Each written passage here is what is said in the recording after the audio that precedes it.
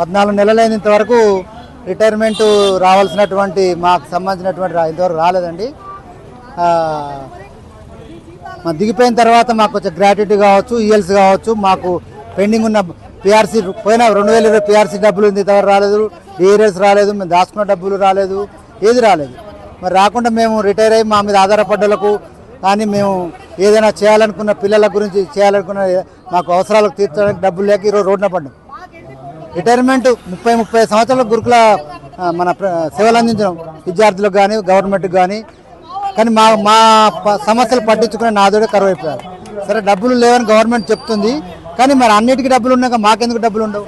మేము సర్వీస్ 30 సంవత్సరాలు చేసిన డబ్బులు లేదంటే పని చేసి అడుగుతున్నాం, పని ఉచితంగా ఏమని అనట్లేదు. మేము వాళ్ళకి మాకు ఇచ్చే డబ్బులు ఒక 100 గజాల ప్లాట్ కూడా రాదండి మాకు.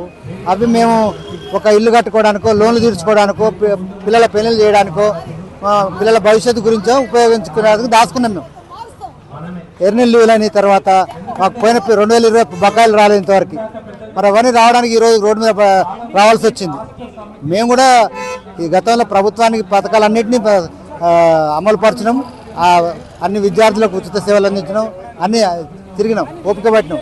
మేము ఉద్యోగం చేసినప్పటి రావాల్సిన డబ్బులు ఇంతవరకు రాలే. మేము రీజనల్ కోఆర్డినేటర్గా చేశానండి మెదక్, కామారెడ్డి, నిజామాబాద్ జిల్లాలో.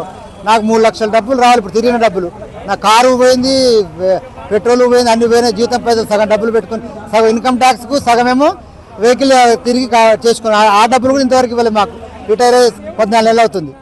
మరి ఈ రకంగా 6 డిఎల్ రావాలి, 6 నెలలకు పెరిగే డబ్బులు రాలేదు. తర్వాత పిఆర్సీ 3 సంవత్సరాల కింద పిఆర్సీ ఇవ్వాలి. అంటే మార్కెట్ ధరలకు అనుగుణంగా జీతాలు పెంచాల్సిన బాధ్యత ప్రభుత్వం మీద ఉంది. రాజకీయ నాయకులు పెన్షన్ తీసుకుంటున్నారు, వాళ్ళు కూడా అన్ని ఏమి ఇన్కమ్ ట్యాక్స్ కట్టట్లేదు. మరి మేము రిటైర్ అయిన కూడా ఇన్కమ్ ట్యాక్స్ కడుతున్నాం. మేము కట్టే డబ్బులు కేంద్ర ప్రభుత్వానికి పోతున్నాయి కావచ్చు. మరి మేము వైట్ కాలర్ మనీ ద్వారా మాకు వచ్చిన డబ్బులో మేము 25% కూడా దాచుకోవడానికి లేదు. 50% మాకు ఖర్చులకు తర్వాత ఇన్కమ్ ట్యాక్స్కే పోతున్నాయి.